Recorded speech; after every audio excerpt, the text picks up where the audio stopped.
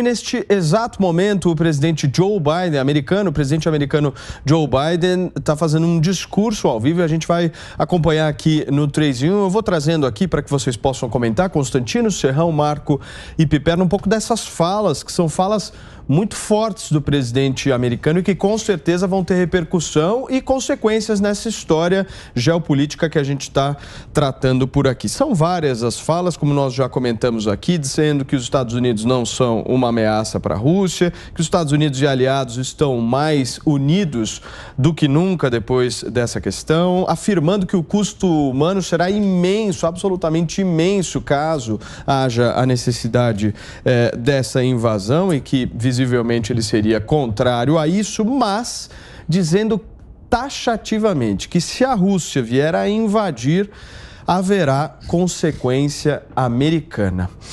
5h43, seja muito bem-vindo de volta, você que nos acompanha também através do rádio. Nós estamos ao vivo aqui no 3 em 1, conversando um pouco sobre o discurso deste exato momento que o presidente Joe Biden, o presidente norte-americano Joe Biden, está fazendo, afirmando e dando um tom, Constantino, muito diferente do que é o próprio Joe Biden, né? O Joe Biden não é um cara muito incisivo, não é um presidente muito incisivo, com falas muito incisivas, mas a gente consegue separar o presidente americano do Joe Biden? Acho que são questões diferentes, né? Eu entendo o seu ponto, Paulo. O presidente americano, ele representa ali todo um aparato, né? Que não é só da cabeça senil do Joe Biden, e isso me assusta um pouco. Eu acho que é só retórica, eu acho que é só para consumo doméstico. Mas por que me assusta um pouco? Primeiro que está provocando do outro lado um sujeito que não está muito de brincadeira, né? Segundo, que os democratas, historicamente falando, têm mais proximidade com o aparato da indústria bélica do que os republicanos. Na verdade, existe uma turma do meio, né? O Piperno gosta muito de citar o Bush como exemplo de conservador que respeitava o Lula.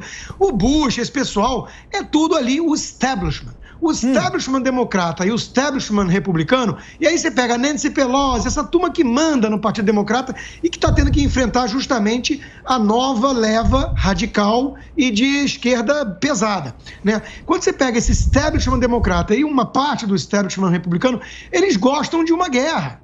Essa que é a verdade. Essa turma gosta. Então, assim, é preciso ter alguma cautela, porque se ele errar no tom, se ele errar na dose, mesmo que seja retórica, mesmo que seja para consumo interno, do outro lado tem um Putin. Então, eu acho que isso aí não é uma coisa muito tranquila, não. Apesar de hoje, se eu tiver que apostar, eu digo que não vai sair nenhum conflito disso. Como é que você vê, Piperno?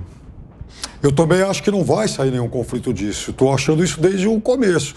Mas os dois vão esticar a corda. É óbvio que Biden também vai.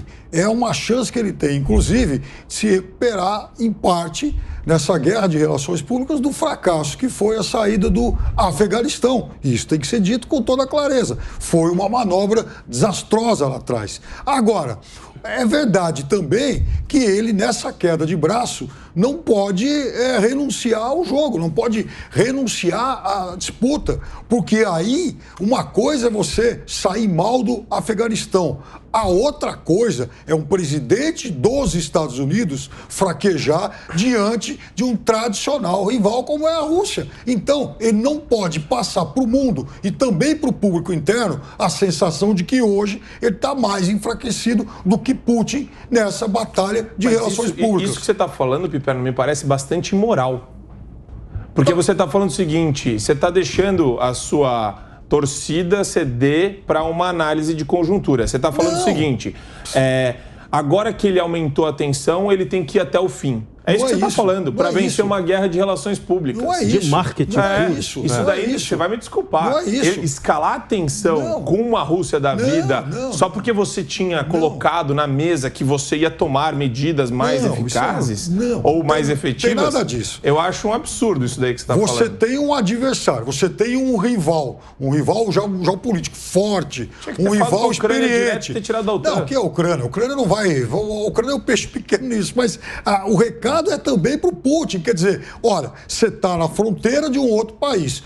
ou você volta, ou a gente vai continuar ameaçando ir até lá. Então, isso me dá um pouco de medo, porque isso daí é um viés bem imperialista que o Piperno está colocando, porque do outro que é lado, o establishment que o Constantino denunciou. O outro lado é imperialista, exatamente, porque o outro lado é imperialista. E esse é o marketing, é o marketing, né? Antigamente tinha uma piada até perguntaram aos russos, não, a questão hoje é perguntaram aos ucranianos, porque os ucranianos estão muito mais para o lado da Rússia, efetivamente, sim senhor, do que para o mundo ocidental. Isso a imprensa nossa esquerdista tenta vender uma imagem que lá não é real. Só um minuto, nós estamos ao vivo aqui na Jovem Pan News e são 5 horas e 48 minutos.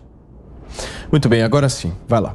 O presidente Volodymyr Zelensky não tem boa relação com Putin. O que acontece na Ucrânia é que há um pedaço da Ucrânia na faixa oeste, na faixa leste, que é onde tem, por exemplo, como grande cidade, Donetsk, que é uma cidade industrial. Aquele pedaço da Ucrânia é um pedaço de etnia russa, lá enfim, de maioria russa. Então é claro que aquele pedaço do país, que não é o maior, mas tem lá uma faixa de uns 10, 15%, pende para Moscou. Agora, população o resto da do Ucrânia, país, que é de 45 milhões de habitantes, é um país que pende majoritariamente para o Ocidente. Não senão já tinha resolvido a parada, isso não está resolvido. Então, essa é a questão essencial. Então, estão jogando ali com uma guerra que não vai acontecer, porque não interessa a ninguém, muito menos ao povo da Ucrânia, com interesses. Mas olha só, ali. É que onde o Piperno calcula a responsabilidade do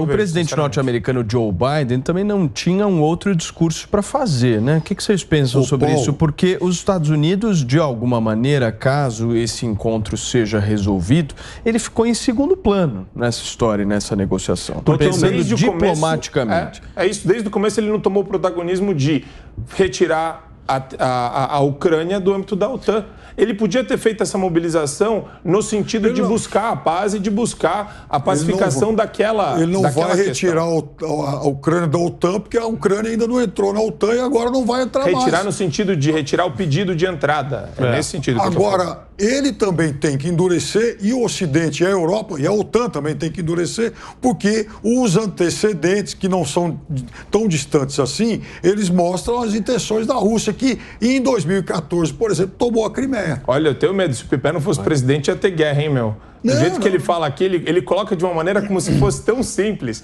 Não, o Putin está fazendo isso, tem que elevar a atenção. Como se fosse uma coisa banal, uma guerra entre Estados Unidos e Rússia. Exatamente. Isso é totalmente irresponsável. E muito mais grave. Exatamente para não ter guerra. Exatamente para não ter guerra e para não acontecer agora o que aconteceu com a Crimeia em 2014. Muito mais grave é a questão da China com Taiwan. Ali tem mais chance de dar um pau do que com a própria Ucrânia e Rússia.